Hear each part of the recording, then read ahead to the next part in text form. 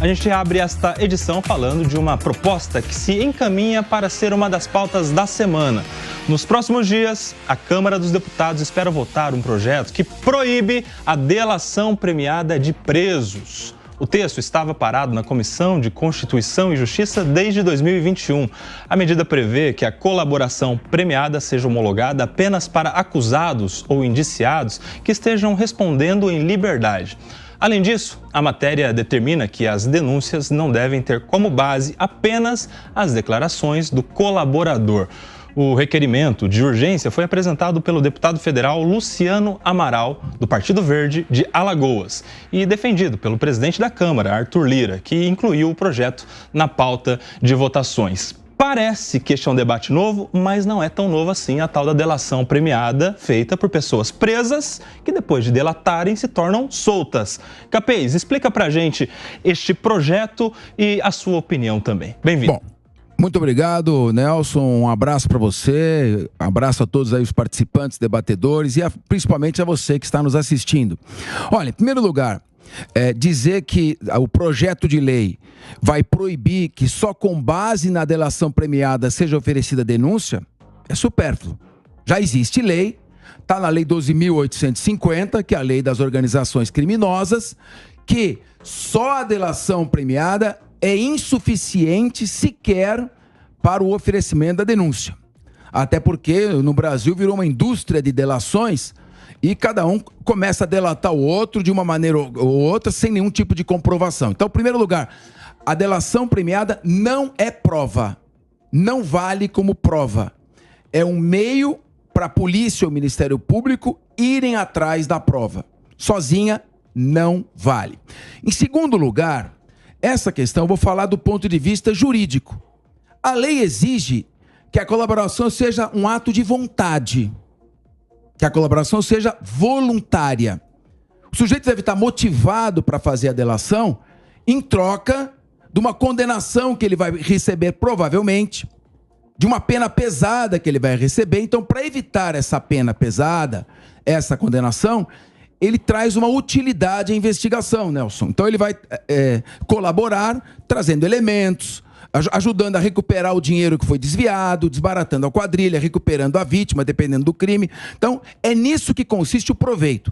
Agora, no Brasil, num passado muito recente, essa delação premiada era extraída quase que a fórceps.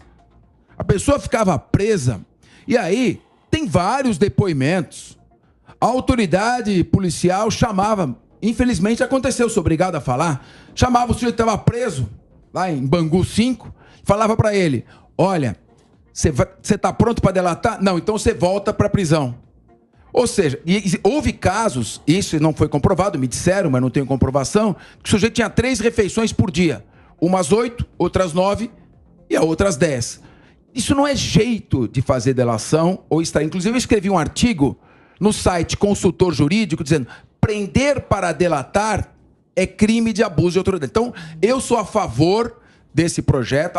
Mas vai diminuir a eficácia. Não, vai proteger a sociedade contra seguidos abusos de autoridade que nós estamos presenciando. Você sabe que essa coisa da delação premiada, Ana Paula Rocha, se popularizou muito na época da Lava Jato, enfim, e o brasileiro que gostava da Operação Lava Jato adorava essa coisa de delação, né? Opa, tá entregando os peixe grande, tá entregando os graúdos. Você acha que essa pauta aí vai ser popular ou impopular agora que vai entrar em votação no Congresso? Boa tarde, Nelson. Boa tarde aos meus colegas aqui e à nossa audiência, né? Olha, é muito importante que a opinião pública entenda do que se trata, como já bem colocou aqui o Capês. Essa discussão não pode ser ideológica, essa discussão tem que ser técnica, tem que ser jurídica, porque é algo que pode atingir a qualquer cidadão brasileiro, né? durante sua vida, todos nós estamos sujeitos a sermos vítimas de abuso de autoridade. Então, a questão aqui não é ideológica, de quem que você gosta mais politicamente, qual a coloração política, nada disso, porque o Congresso tende a levar todas as pautas para esse lado. O mais importante aqui é a gente fazer essa análise técnica e jurídica. E neste ponto, eu concordo com o projeto de lei, porque a delação ela tem que ser voluntária. Qualquer coisa que compromete essa característica da delação é prejudicial para toda a sociedade brasileira.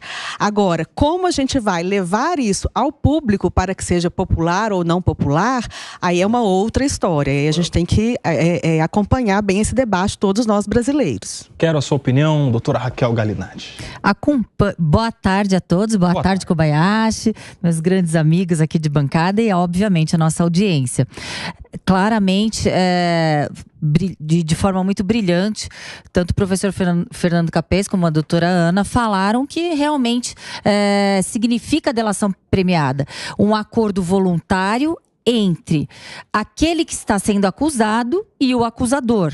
Quando você quebra essa voluntariedade, há, obviamente, os vícios, as nulidades, que muitas vezes a gente viu que pode estragar e atrapalhar todo um trâmite de investigação e dar ensejo à soltura daquele que pode, inclusive, ser o culpado. Então, a gente tem que cumprir a lei, tem que cumprir a Constituição e todos os aparatos legais.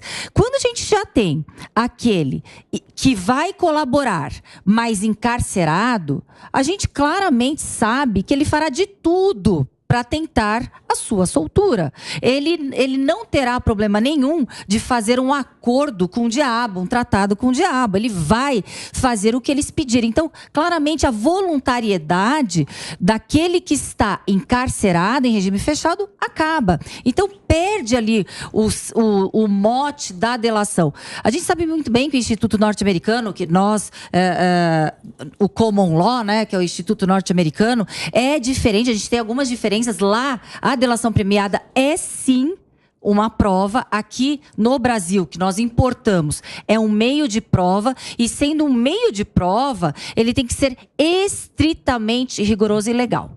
Então, eu concordo com o projeto de lei, vai tirar a subjetividade e o questionamento daquele que está delatando. Agora, Diego, tem uma questão aí. Quem é que vai decidir isso? Os nossos parlamentares brasileiros. Você acha que eles vão aderir a esse projeto porque eles têm o compromisso com a lisura da voluntariedade de alguém que vai delatar, ou tem mais a ver com uma delação que vez ou outra esbarra num parlamentar e eles já tiram um problema da frente? Diego Tavares. Meu amigo Nelson Kobayashi, te conhecendo como eu conheço, eu senti toda a ironia do teu questionamento. É isso, só uma Olha só, você lembrou muito bem, Koba, que toda essa discussão sobre a ilegalidade das delações premiadas nasceu lá com as irregularidades da Operação Lava Jato. Irregularidades que, de fato, existiram, isso ninguém contesta. Mas o que acontece com essas irregularidades?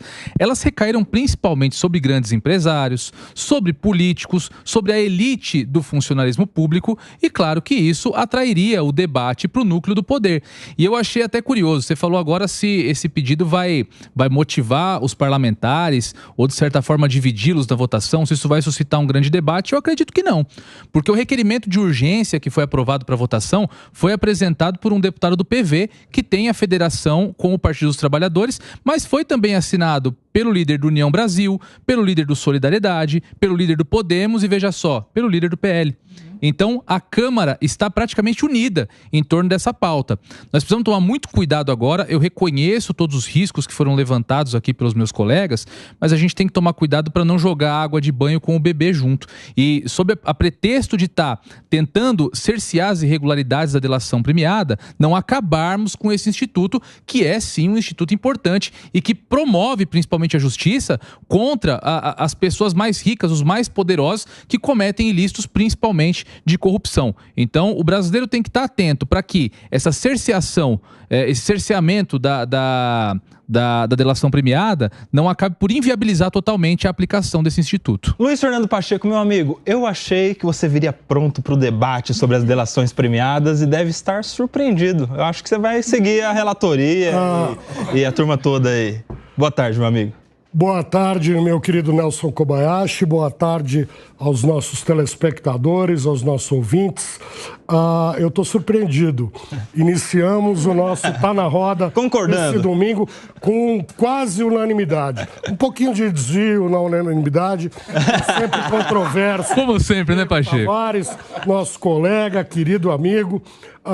Eu quero dizer o seguinte, há um aspecto muito importante. A fala do Capês e da Ana, a fala da nossa delegada e do Diego foram muito importantes, tocaram em vários pontos da questão, mas a delação premiada, ela era muito combatida mais pelos partidos de esquerda na época da Lava Jato. Por quê? O que existia ali na Lava Jato? Vamos dizer... vamos dar nome, vamos dar palavra ao que verdadeiramente ocorria. Era uma espécie de tortura psicológica. Delatou, falou o que a autoridade que estava investigando quis, vai para a rua. Não disse o que a autoridade quis, aquelas autoridades suspeitas lá da Lava Jato, reconhecidamente suspeitas, continuavam em cana. Agora, acontece o contrário. Nós vemos que os partidos mais voltados à direita é que estão encampando essa pauta de tornar a delação premiada, como disse o nosso doutor Capês, não como uma prova, como, aliás, a lei já determina, mas não era estritamente seguida. A delação premiada não é uma prova, ela é um caminho para um início de investigação, para que a partir da delação premiada você inicie uma investigação e colha maiores elementos, possa confirmar ou não o que o delator disse. Mas nós estamos vendo que partidos e aliados do ex-presidente Jair Bolsonaro estão encampando esse projeto porque, no fundo e ao cabo, querem desconstruir a delação premiada feita pelo tenente-coronel o Mauro Cid, que delatou o ex-presidente na tentativa de golpe e obteve a soltura. Está errado também. Está errado também. Eu quero dizer o seguinte, o projeto é muito bem-vindo, a despeito de beneficiar um ou outro, mas o que nós não podemos é institucionalizar, é ter como tivemos agora, em passado recente, a delação premiada como um instrumento que vem à luz a partir do que, na prática, era uma tortura psicológica, sim, às vezes até uma tortura corporal, né, Capês? O camarada ficava sem almoço, sem jantar, se não aderisse à delação.